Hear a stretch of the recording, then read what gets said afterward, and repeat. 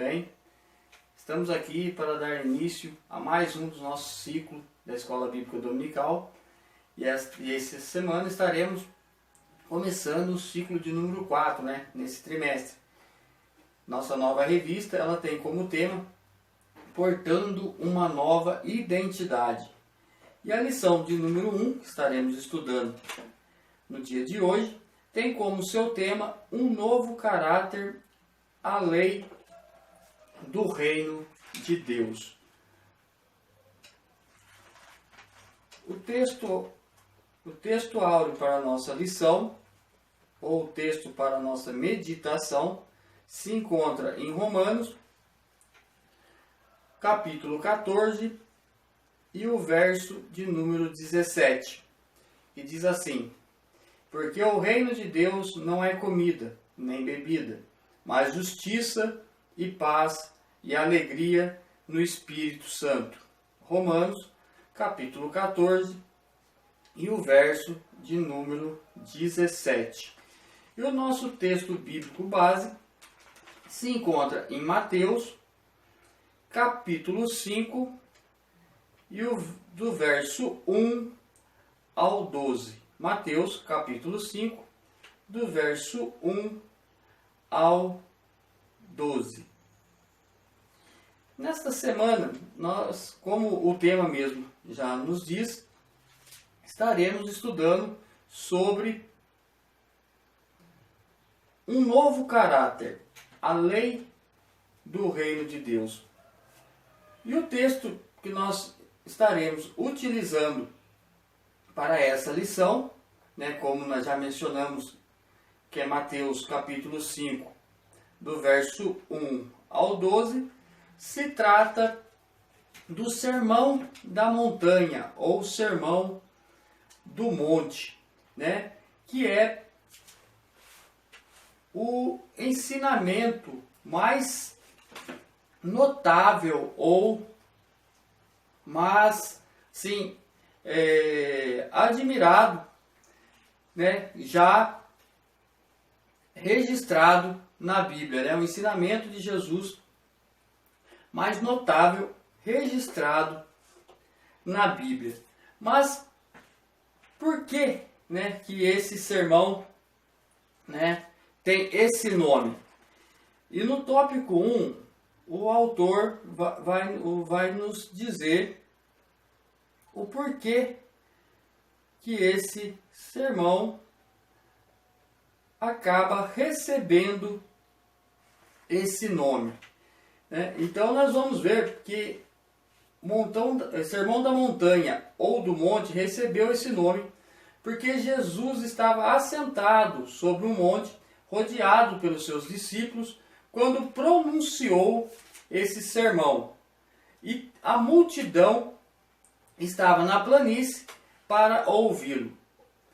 Então, outras coisas que nós podemos ver também, que o comentarista vai nos dizer aqui também, nesse tópico 1, é que primeiramente os ensinos desse sermão era para seus discípulos, pois fazia pouco tempo que Jesus tinha escolhido seus primeiros discípulos e apóstolos e queria ensiná-los sobre o verdadeiro discipulado. Mas nós podemos notar também, ao decorrer o texto, nós podemos notar que a multidão que estava na planície também acabou desfrutando do ensinamento de Jesus durante esse dia. E aí cabe a nós refletirmos sobre isso. Se nós olharmos para o texto, como o próprio comentarista da nossa lição nos relata que primeiramente Jesus queria ensinar os seus discípulos como um novo padrão de vida e comportamento que agora é estabelecido por Deus para os seus filhos. Nós podemos ver que a multidão também acabou desfrutando daqueles ensinamentos e trazendo para os nossos dias, trazendo para a nossa realidade, nós podemos tirar a seguinte conclusão: que quando nós aprendemos com Jesus, o novo padrão de vida, né? Quando nós passamos a entender o novo padrão de vida que Ele deseja para nós agora, discípulos dele, né? Seguidores da sua palavra, dos seus ensinamentos, nós podemos ver que assim como aquela multidão que estava ali ao redor daquele monte pôde usufruir dos seus ensinamentos direcionados aos seus discípulos, hoje também a multidão que está à nossa volta, quando nós, colocamos os ensinamentos de Jesus nas nossas vidas em prática, nós vemos que essa multidão também passa a usufruir desses ensinamentos através da nossa vivência, através dos nossos comportamentos, que é o que Deus espera que nós façamos, pois agora nós somos discípulos de Cristo também. No tópico 1.2, Jesus vai começar abrindo o sermão, relacionando o caráter e a felicidade. Mas por que a importância de relacionar o caráter à felicidade? Muitos buscam ser felizes. Nós todos buscamos a felicidade, buscamos ser felizes. Mas muitos confundem momentos felizes com felicidade. E Jesus então vai mostrar que a felicidade ela está inteiramente ligada com o caráter. Mas por quê? Porque felicidade ela não é apenas você possuir momentos felizes, mas sim felicidade tem a ver com estilo de vida. Ou seja, não tem nada a ver com ter, mas sim ser. Mais especificamente tem a ver com o caráter, pois não há felicidade fora de Cristo. Nesse sermão nós vemos Jesus chamando bem-aventurados ou felizes pessoas que apresentam determinadas qualidades em seu caráter, manifestada no seu dia a dia. Quando Jesus afirma que felizes são os humildes, ou os mansos, os misericordiosos, os pacificadores, ele está dizendo que a verdadeira felicidade é uma coisa natural na vida daqueles que baseiam as suas vidas nos valores divinos, pois somente a transformação que o Evangelho de Cristo causa em nossas vidas e o poder do Espírito Santo pode nos proporcionar a verdadeira felicidade. Então, é aquilo que eu já mencionei aos queridos irmãos. Não há verdadeira felicidade se não for no padrão de Cristo, se não for com Cristo em nossas vidas e o poder do Espírito Santo, E o poder também transformador do Evangelho, ou seja, da palavra de Deus. Pois a nossa alegria é de ordem espiritual.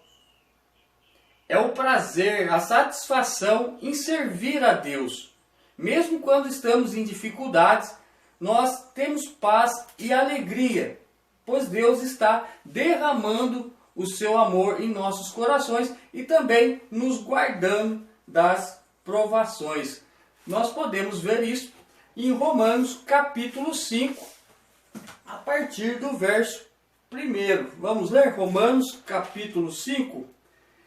Vai nos dizer assim: sendo, pois, justificados pela fé, temos paz com Deus, por nosso Senhor Jesus Cristo, pelo qual também temos entrada pela fé a esta graça, na qual estamos firmes e nos gloriamos na esperança da glória de Deus.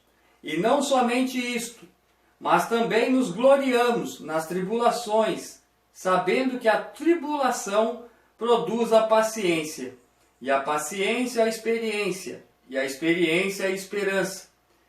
E a esperança não traz confusão, porquanto o amor de Deus está derramado em nosso coração pelo Espírito Santo que nos foi dado. Então nós vemos que a nossa alegria, a verdadeira paz, alegria, felicidade está em Cristo. Mesmo quando estamos em dificuldades, Deus está nos derramando o seu amor em nossos corações. No tópico 2, o comentarista vai nos colocar as bem-aventuranças.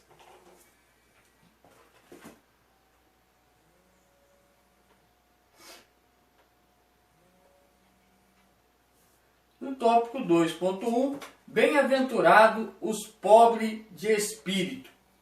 E quando nós lemos aqui pobre de espírito, esse termo pobre está querendo dizer piedoso.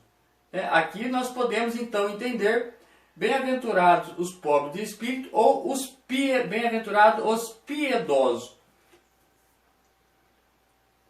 Os pobres de espíritos são aqueles que reconhecem a sua necessidade espiritual, sua dependência de Deus, são aqueles que destronam o orgulho.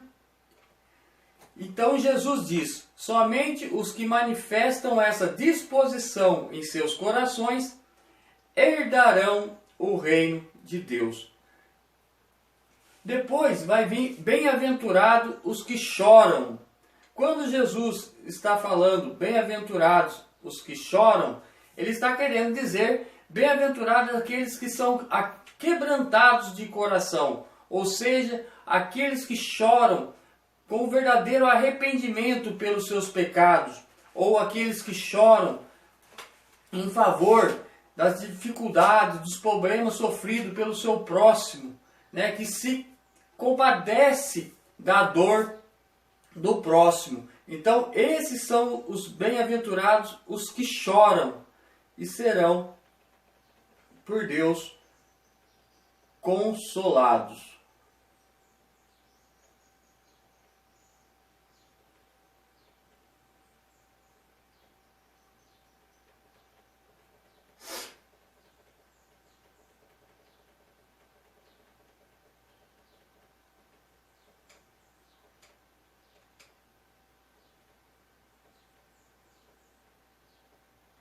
Depois, bem-aventurados os mansos.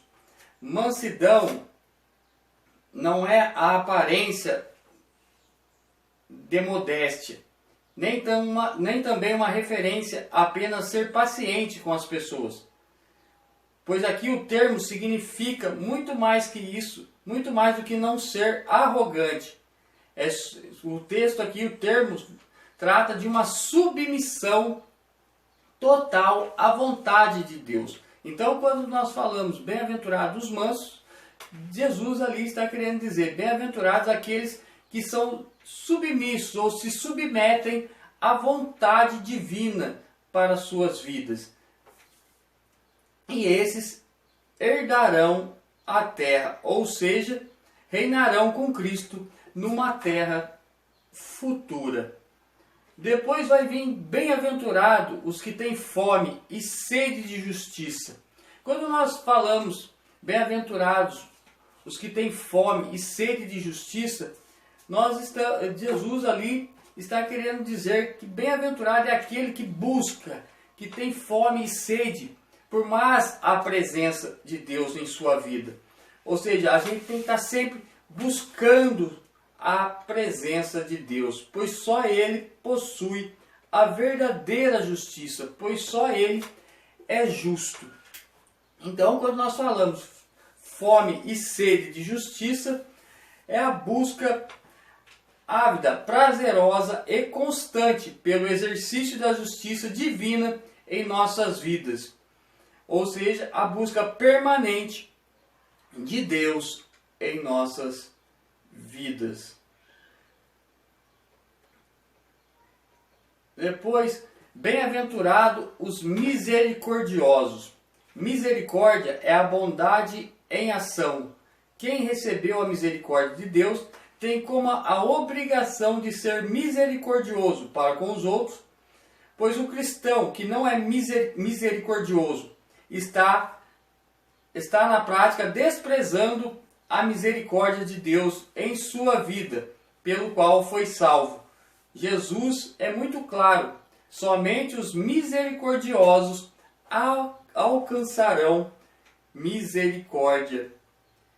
Depois vai vir: bem-aventurado os limpos de coração.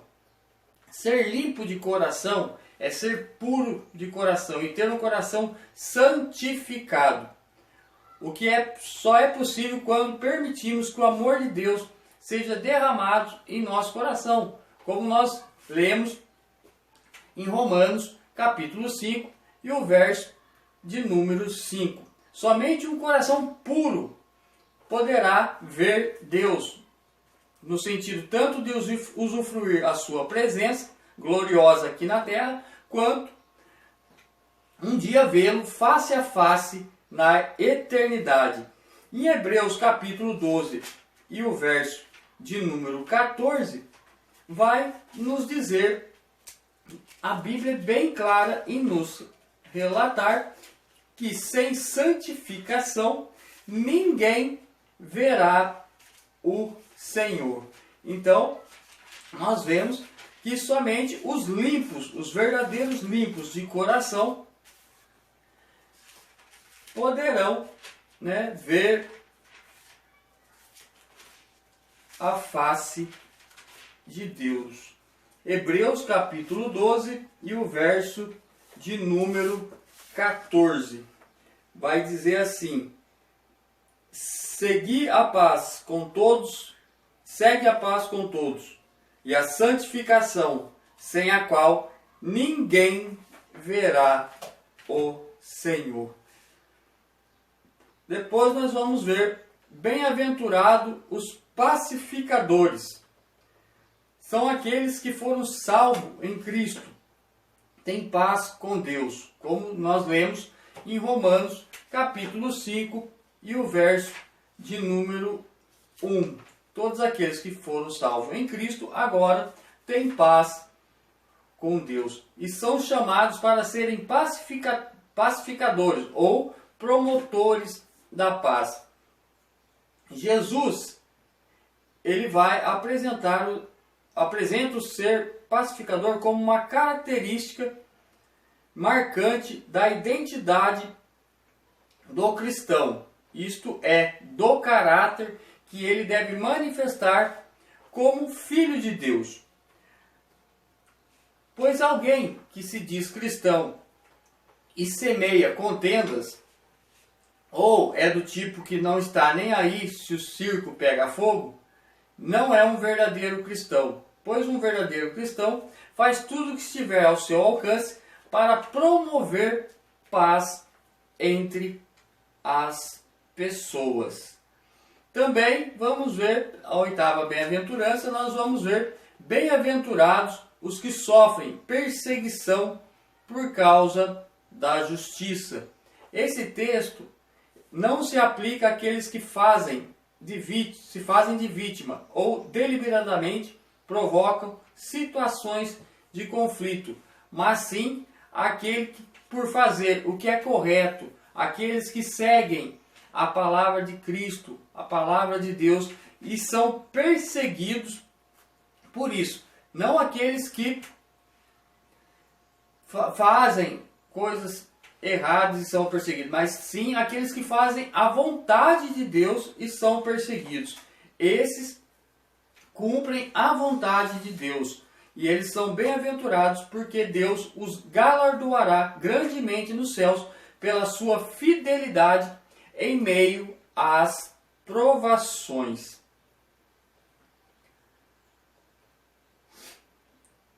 No tópico 3 vai nos dizer assim: nós somos bem-aventurados.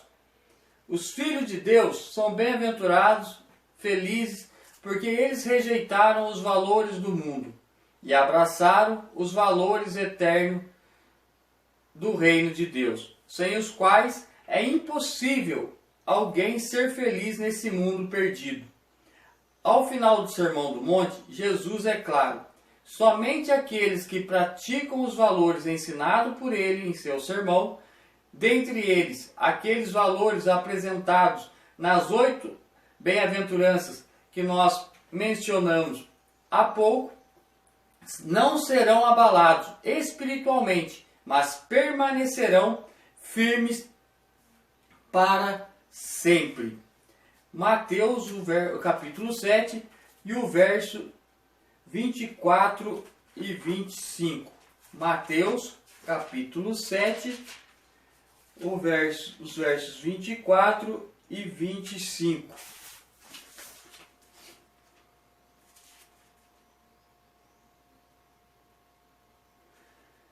Diz assim: todo aquele, pois, que escuta estas minhas palavras e as pratica, assemelhá-lo-ei ao homem prudente, que edificou a sua casa sobre a rocha. E desceu a chuva, e correram rios, e assopraram ventos, e combateram aquela casa. E não caiu, porque estava edificada sobre a rocha. Então, nós vemos que por mais que venha provações, venha turbulências em nossas vidas, se estivermos pautados nos valores estabelecidos por Cristo, no seu sermão, conhecido por nós como o Sermão da Montanha, estaremos sempre firmes nas suas palavras. E por mais que as dificuldades venham bater em nossas portas, nós não desfalecemos, porque Cristo é conosco. A verdadeira bem-aventurança está em Cristo, em meio às tensões deste mundo. Não há como se conduzir de forma melhor e mais abençoada, senão seguindo as diretrizes de Jesus para a nossa forma de viver. Sejamos, pois, humildes de coração, sensíveis às coisas de Deus, sensíveis ao que é correto, submissos à vontade divina. Que nós possamos ser pessoas que não se acomodam em sua vida espiritual, mas que estejamos sempre buscando mais e mais de Deus. Que nós possamos ser misericordiosos com aqueles que necessitam, pacificadores, puros de coração, fiéis, sempre fiéis às palavras e aos ensinamentos de Cristo, mesmo em meio às provações, pois somente assim seremos bem-aventurados de fato. Que Cristo Jesus possa falar melhor ao coração dos queridos irmãos, para que nós possamos realmente sermos bem-aventurados, possamos ser praticantes da sua palavra, para que, como nós vimos no começo do texto, que a multidão, ao ver Jesus ensinando os seus discípulos, ao ouvir Jesus ensinando os seus discípulos, também pôde usufruir desses ensinamentos. Que nós possamos transmitir os ensinamentos que adquirimos da pessoa de Cristo para essa grande multidão também que está aí, perdida, em busca da felicidade, em busca daquilo que nós encontramos em Cristo, pois a única felicidade só há em Cristo Jesus. Então que Deus, em Cristo Jesus, vos abençoe e que nós possamos estar sempre perseverantes e firmes nas promessas de Deus. Que Deus vos abençoe.